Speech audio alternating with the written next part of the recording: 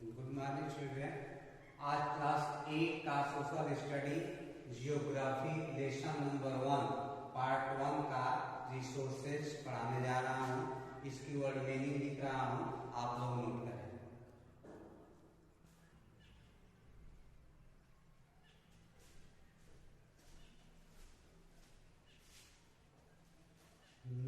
Children देखें, ये मैं लेसन नंबर 1 की वर्ड मीनिंग आप लोगों को लिखवा दिया हूँ।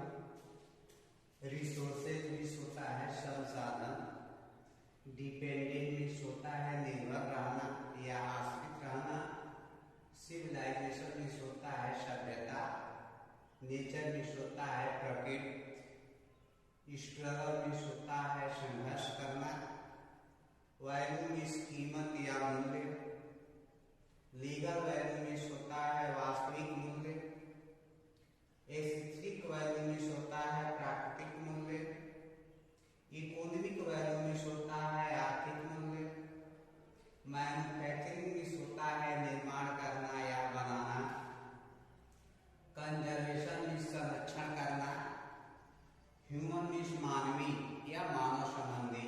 नेक्स्ट क्लासिफिकेशन मीन्स होता है वर्गीकरण, बेसिस मीन्स होता है आधार, ओरिजिन मीन्स होती है उत्पत्ति, बायोटिक मीन्स होता है जैविक जो जीवित होते हैं, एबायोटिक मीन्स अजैविक जो निर्जीव होते हैं नॉन लिविंग होते हैं, रेन्यूअल मीन्स नवीनीकरण, नवीनीकरण मीन्स होता है जिसका पुनः उत्पादन हो जाए, उसको हम रेन्यूअल या नवीनीकरण कहते हैं। नॉन रेन्यूअल अनवीनीकरण, डेवलपमेंट विकास, पोटेंशियल मीन्स ऊर्जा, एक्चुअल मीन्स वास्तविक, यूजबिलिटी मीन्स उपयोगिता या उपयोग के आधार पे, रॉ मटेरियल मीन्स होता है कच्चा पदार्थ, और डिस्ट्रीब्यूशन मीन्स होता है बंटवारा। बंटवारा अब इसके बाद हम आप लोगों को पढ़ाने जा रहा हूँ, ये वर्ड मीनिंग नोट कर लें। ये क्लास 8 की बुक है, लेसन नंबर 1 शुरू करें। देखिए लेसन नंबर 1 जियोग्राफी का हम पढ़ा रहा हूँ, ध्यान से सुने। रिसोर्सेज संसाधन, since the dawn of civilization man is depend upon nature for his survival। सभ्यता के शुरू होने से आदमी जो है अपने जीवन के लिए प्रकृति पर निर्भर रहता है। ही हैव स्ट्रगल हार्ड, वह कठिन परिश्रम किया। एक्सक्रीटेड मटेरियल फ्रॉम नेचर, प्रकृति से लड़ा, और could be processed in product, और उसके उत्पादन में उसकी क्रिया किया, उसको बनाया। With the passage of the time, समय बीतता गया, human has made unbelieved progress on technology front and thus on the economic front as well. और जैसे जैसे समय बीतता गया, मानव जो है तकनीकियों में आगे बढ़ा और आर्थिक दृष्टि से सुदृढ़ बना। इस प्रकार से this has helped him raise their standard of living, उसके जीविका में सुधार हुआ। All this has been possible, ये तभी संभव हो चुका जब एवेलेबिलिटी ऑफ नेचुरल रिसोर्सेज, जो हमारे प्राकृतिक संसाधन मिले, यानी जब हमारे प्राकृतिक संसाधन प्रचुर मात्रा मिले तभी आदमी का विकास संभव हो चुका। The term resources has been derived from Latin word।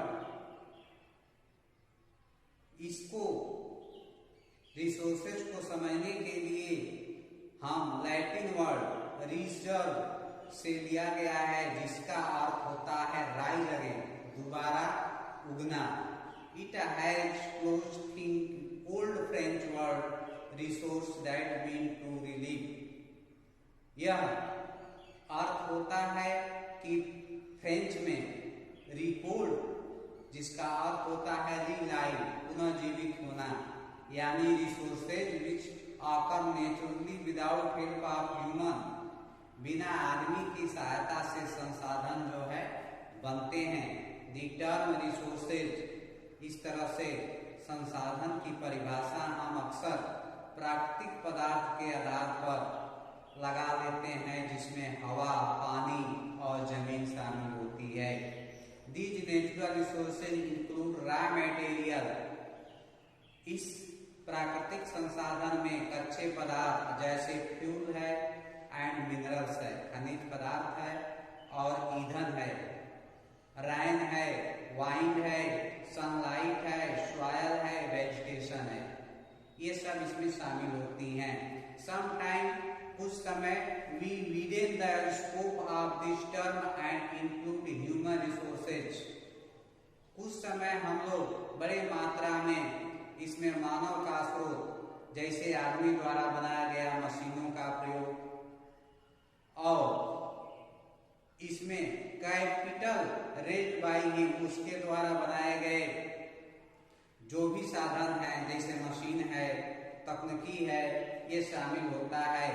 इस तरह से in this way natural resources become resources, ये प्राकृतिक संसाधन वह संसाधन है जहां से हम अपनी आवश्यकताओं को पूर्ण करते हैं।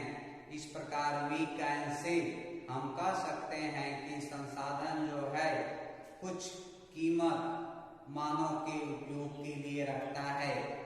आइए देखें वैल्यू ऑफ रिसोर्सेज, इसका क्या कीमत है। Resources has value attached to which can be different type, संसाधन के कीमत या मूल्य जो है अलग अलग तरह से है। फर्स्ट है लीगल वैल्यू, सेकेंड है एस्थेटिक वैल्यू, थर्ड है एथिनिक वैल्यू एंड फोर्थ है इकोनॉमिक वैल्यू। तो इसमें फर्स्ट देखेंगे legal value. Legal value of resources, वास्तविक मूल्य जो होता है इसका अर्थ होता है important given to be government, जो सरकार के द्वारा दिया गया होता है। वेरियस एक्ट, इसमें अनेक प्रकार के रेगुलेशन रिलेटेड संबंधित होते हैं, जैसे air, water, pollution free environment है लीगल वैल्यू, ये सब जो है लीगल वैल्यू के अंतर्गत आते हैं। For example, clean air related law required the vehicle must be pollution free certificate, स्वच्छ हवा के लिए पॉल्यूशन फ्री वाहनों का प्रयोग सरकार द्वारा किया जाता है। 10 इस प्रकार law give a legal value air, यह बताता है कि legal value attach to other resources, दूसरे संसाधन, कोल, कोयला, water, vegetation, wild life ETC, ये सब जो है लीगल वैल्यू के अंतर्गत आते हैं, जिसपे सरकार का कमांड होता है। एस्थेटिक वैल्यू, एस्थेटिक वैल्यू वह होता है जिसमें सी, लेक्स, समुद्र, झील, माउंटेन, पर्वत, नेशनल पार्क आदि शामिल होते हैं। यह महत्वपूर्ण पर्वत, नदी, घाटी और डायरेक्शन, इनको अलग तरह से सुविधा दी जाती है जो सरकार के द्वारा प्राप्त होती है।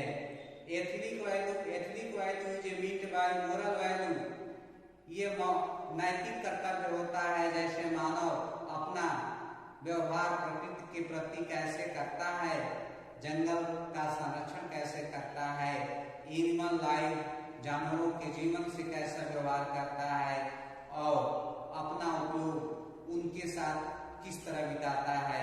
इकोनॉमिक वैल्यू, आर्थिक value, resources being used for manufacturing, वह संसाधन जो हम निर्माण करके प्राप्त करते हैं, जैसे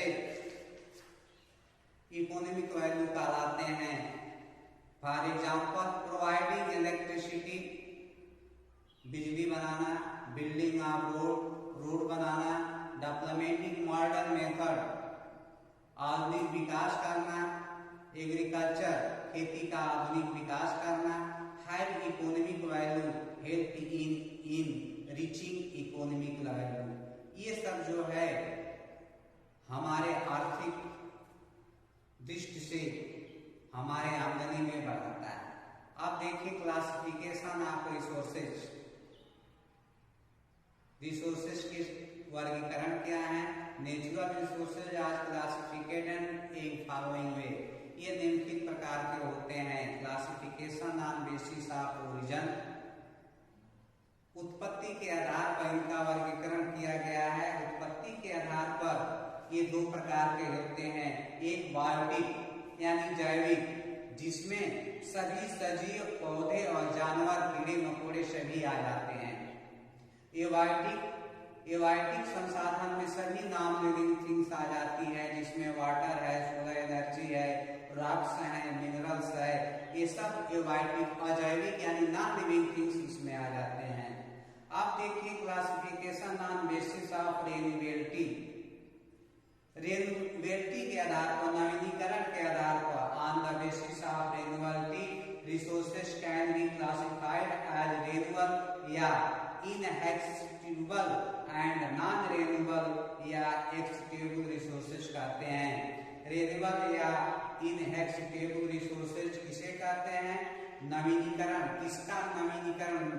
मोटे तौर पर समझ लें, जिसका पुनः उत्पादन हो जाता है उसको हम नवीनीकरण कहते हैं, रेन्यूएबल रिसोर्सेज कहते हैं।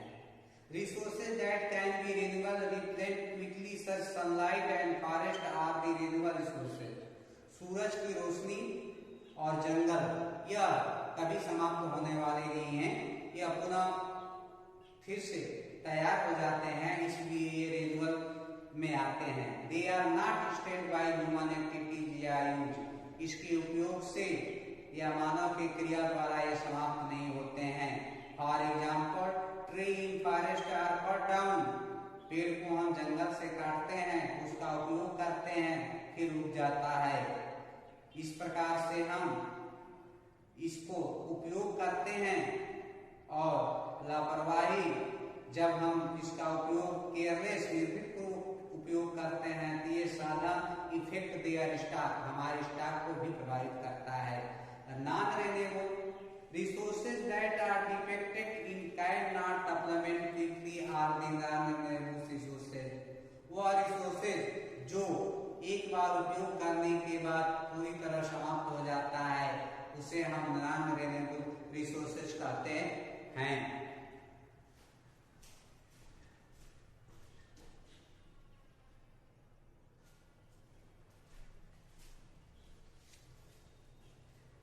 हाँ बच्चों ध्यान से देखें। Once that they cannot replenish the time frame involved to people, they are built over very long geological time. There is no technology available resources again. All the minerals like coal, petroleum, natural gas, iron, non-renewable resources. ये सभी जो है non renewable resources में आते हैं। जैसे हम petrol खत्म होता है तो पेट्रोल फिर नहीं बना सकते हैं, कोयला खत्म होता है तो हम नहीं बना सकते हैं, नेचुरल गैस समाप्त हो जाती है, आयरन लोहा खत्म हो जाता है तो नहीं बना सकते हैं। Classification on basis of stage of development. अब हम विकास के आधार पर देखें। On the basis of development, विकास के आधार पर दो प्रकार का संसाधन आता है। पहला है पोटेंशियल और दूसरा है एक्चुअल रिसोर्सेज। पोटेंशियल रिसोर्सेज वह संसाधन जो हम इसको पोटेंशियल रिसोर्सेज ऊर्जा संबंधी भाग में प्रयोग करते हैं, उसे हम पोटेंशियल रिसोर्सेज कहते हैं। फ्यूचर में हम इसको तकनीकी के आधार पर टाइटल एनर्जी बनाते हैं।